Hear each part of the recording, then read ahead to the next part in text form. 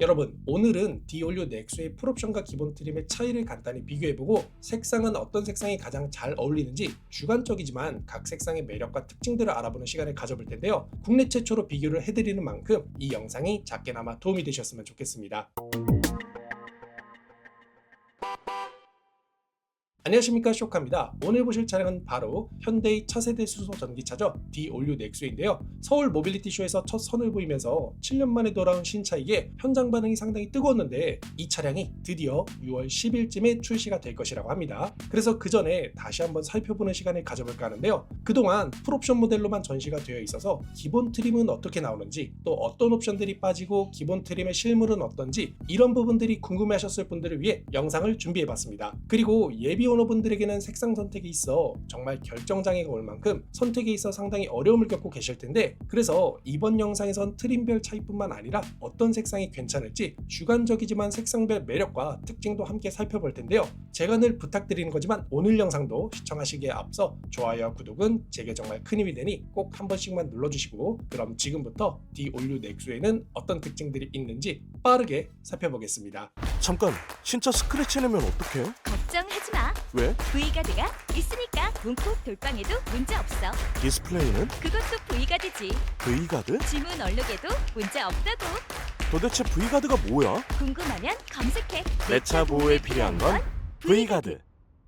먼저 디올류 넥소의 풀옵션을 통해 기본적인 형태를 간단히 살펴볼 텐데요. 우선 전면부를 가득 메우고 있는 픽셀 램프를 보면 현대의 수소 브랜드죠. H2O의 로고에서 착안한 픽셀 램프 그래픽이 새롭게 들어가는데 풀옵션과 기본 트림 관계없이 기본 적용될 것으로 보이며, 램프 구성은 풀 LED로 되어 있는 것을 볼 수 있네요. 그리고 램프 하단엔 절연띠 같은 요소가 음각으로 들어가는데 이게 다른 차량에서 봤던 느낌과는 다르게 차를 좀 더 볼륨감 있게 만들어주는 것을 볼 수 있죠. 이번 넥소에 들어간 절연띠는 차가 더 단단해 보일 뿐만 아니라 볼륨감을 강조해주면서 깔끔하게 정리해주는 효과를 주는 것 같아 확실히 다른 모델에 들어간 것보다는 더 잘 어울리는 것 같습니다. 그리고 아래쪽을 보면 큰 틀에선 H 형상의 프레임을 강조하는 듯한 투톤 컬러의 파츠가 들어가면서 차가 좀 더 견고하게 보일 뿐만 아니라 현대의 H를 간접적으로 나타내고 있는 것을 볼 수 있는데요. 이런 요소들은 산타페나 펠리세이드에서도 볼 수 있었던 부분으로 비슷한 맥락의 디자인을 통해 패밀리룩처럼 보이도록 한 것을 볼 수 있네요. 그리고 여기에도 H2O를 형상한 픽셀 램프가 들어가는데 안개 등의 역할을 한다기보단 디자인적인 요소로 적용된 것이라고 생각해 주시면 될 것 같습니다. 그리고 넥소는 수소 전기차잖아요. 많은 분들이 전기차라고 하면 그릴이 필요 없는 거 아니야? 라고 생각하실 수도 있는데,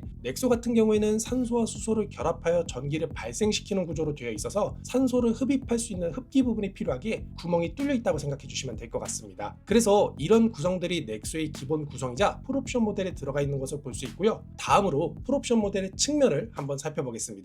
신차 사는 방법. 여기저기 견적받고 힘들게 발품 팔고 아직도? 원하는 차량 선택하면 전국 딜러들의 견적을 비교할 수 있어요. 신차 게으르게 사세요. 카랩.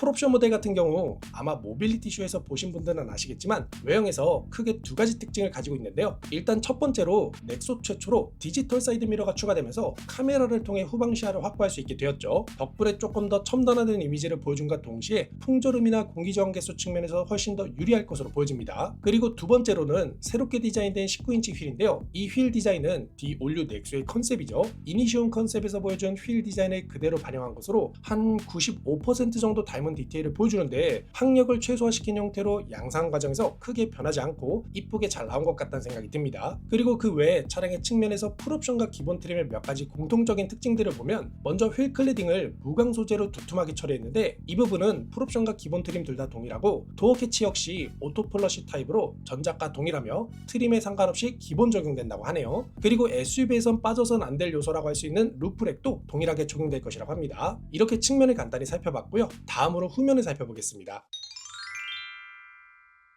일단 후면으로 넘어왔는데 사실 후면에선 풀옵션과 기본 트림의 차이가 사실상 없다고 봐도 될 정도로 그냥 똑같다고 생각해 주시면 될 것 같고요. 그래도 간단히 살펴보면 일단 테일게이트 상단에는 큼지막한 리어 스포일러가 자리 잡고 있고, 아래쪽으로 내려오게 되면 H2O 심볼을 형상한 픽셀 램프가 보조제동 등으로 구성되어 있으며, 리어 램프 역시 픽셀 패턴으로 처리하여 통일감을 주고 있는 것을 볼 수 있네요. 그리고 방향 지시등은 리어 램프 하단에 위치하여 시퀀셜 타입으로 점등이 되는데 절연띠 부분에 깔끔하게 잘 정리해 둔 것을 볼 수 있고, 아래 범퍼 범퍼 디자인은 군더더기 없이 단정한 형태로 마무리해 놓은 것을 볼 수 있습니다. 이렇게 주요 디자인 특징 및 풀옵션 차량의 외관을 간단히 살펴봤는데요. 풀옵션에선 디지털 사이드미러와 19인치 휠이 새롭게 추가된다는 점이 외관에서 보여주는 가장 큰 차이라고 보시면 될 것 같습니다.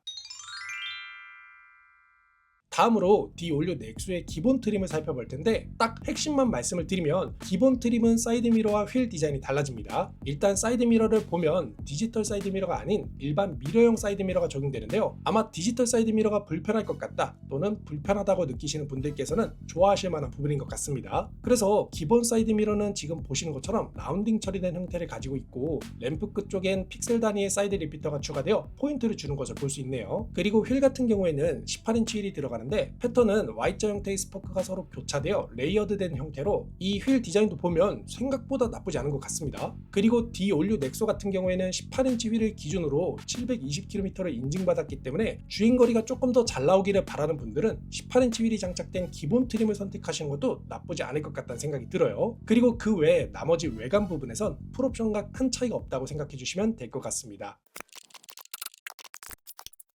다음으로 실내를 보면 풀옵션 대비 기본 트림은 몇 가지 옵션이 빠지는 것을 볼 수 있는데요. 일단 풀옵션부터 보면 1열 센터 콘솔에 2개의 무선 충전 패드가 들어가는 것을 볼 수 있죠. 반면에 기본 트림 같은 경우 1열 센터 콘솔에 1개의 무선 충전 패드가 들어가는 것을 볼 수 있습니다. 그리고 디지털 사이드 미러도 빠지면서 원래 디스플레이가 있어야 하는 부분이 이렇게 직물 소재로 처리된 것을 볼 수 있는데요. 이 부분에 자석이 붙을지는 모르겠습니다만 디지털 사이드 미러를 빼면 이렇게 바뀌는 것을 볼 수 있고 스피커도 보면 색상은 풀옵션과 동일하게 실버색으로 컬러를 입혀놨는데 안에 들어간 타건 퀄리티가 조금 떨어지는 게 보이죠. 오디오 바이 뱅앤올롭슨 옵션을 추가하지 않으면 이렇게 기본 스피커가 들어간다고 보시면 될 것 같습니다. 그리고 2열 같은 경우 풀옵션에선 2열에도 통풍과 열선을 지원하는 데 반해 기본 트림은 열선만 제공하는 것을 볼 수 있네요. 이렇게 풀옵션과 기본 트림의 옵션 차이도 간단히 살펴봤는데요. 들려오는 소문에 의하면 현재 디올류 넥소는 대략 3가지 정도의 트림으로 구성될 것이라고 하며 정말 다양한 옵션 선택지를 제공할 것이라고 합니다. 가격은 아직 확정되지 않았는데 이번 변화가 단순 부분 변경 수준을 넘어 풀체인지급 변화를 보여주기에 예상했던 것보단 인상폭이 클 것 같다는 생각이 들어요. 그래도 수소차 같은 경우에는 3천만 원 가까이 하는 보조금이 있기 때문에 가격이 인상된다 하더라도 나름대로 합리적인 금액대의 구매가 가능할 것 같다는 생각이 드는데 혹시라도 관심이 있는 분들은 보조금이 다 떨어지기 전에 계약을 미리 해두시는 걸 추천드리고요. 마지막으로 색상을 좀 볼 텐데요. 색상은 지금 모든 차량의 색상을 다 가져온 건 아니지만 그래도 국내 소비자들이 가장 선호할 만한 색상을 위주로 가져와 봤습니다.